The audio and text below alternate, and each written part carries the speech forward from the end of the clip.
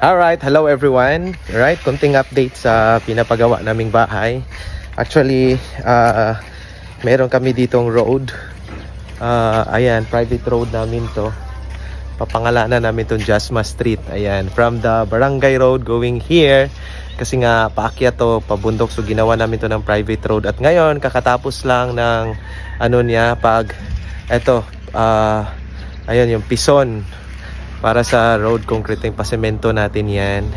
And of course dito papagawa rin tayo dito ng malapit na matapos yung gate.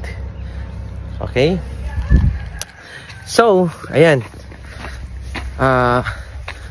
Pasok tayo. Konting update lang. Kakatuwa. Konting push na lang.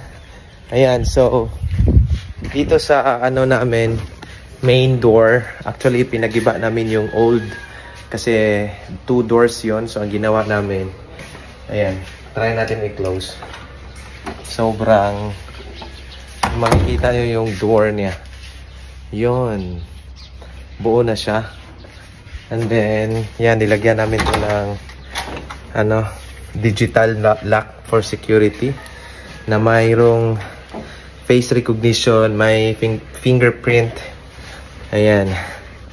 And then ayan, kita nyo dito. Ayan, ito yung design niya sa gilid ng door.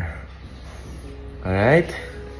Okay, so this time meron akong topic na i-share sa inyo.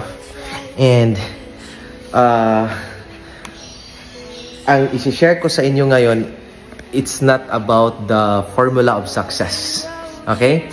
Ang isi-share ko sa inyo, it's the formula of failure na kung gagawin mo to, sigurado magfi-fail ka. Again, this time, I won't tell you the formula of success. I will only tell you the formula of failure. And alam mo kung ano yon? That's pleasing everyone. You know what? If everyone is your friend, for me, there is something wrong. Why? For sure, sinusunod mo lahat ng gusto ng mga tao na nakapaligid sa'yo para lang ma-please sila kahit against na sa will mo. Right? But hey, wake up. Stop pleasing everyone. If they like you, better. But if they don't like you, master these 2 words. So what? Right? Ganyan naman talaga ang buhay. Kahit gaano pa kaganda ang intention mo sa kanila, meron at merong masasabi yung mga tao sa'yo. Kahit gaano pa kaganda ang intention mo sa kanila, meron talagang mga taong ayaw sa'yo. Remember, hate never comes from above. It always comes the people down there. So if they are trying to bring you down, it only means you are already above them. So, when you see people talking about you, it means you are already at the top. And when you are at the top, you become the topic, right? When you are the head, you become the headline. So don't worry about what they are saying.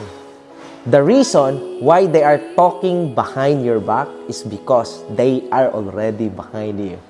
Kaya hayaan mo lang silang magsalita ng magsalita laban sa'yo. Tandaan mo, ang aso tatahol ng tatahol kapag hindi kilala ang tao. Kaya hayaan mo lang sila because their judgment will not define you of who you are. Alright? Just focus on your race hanggang sa mararating mo ang tugatog ng tagumpay. Basta tuloy-tuloy ka lang, as long as wala kang inaapakang tao, as long as lumalaban ka ng patas, sabi nga ng Nike, just do it.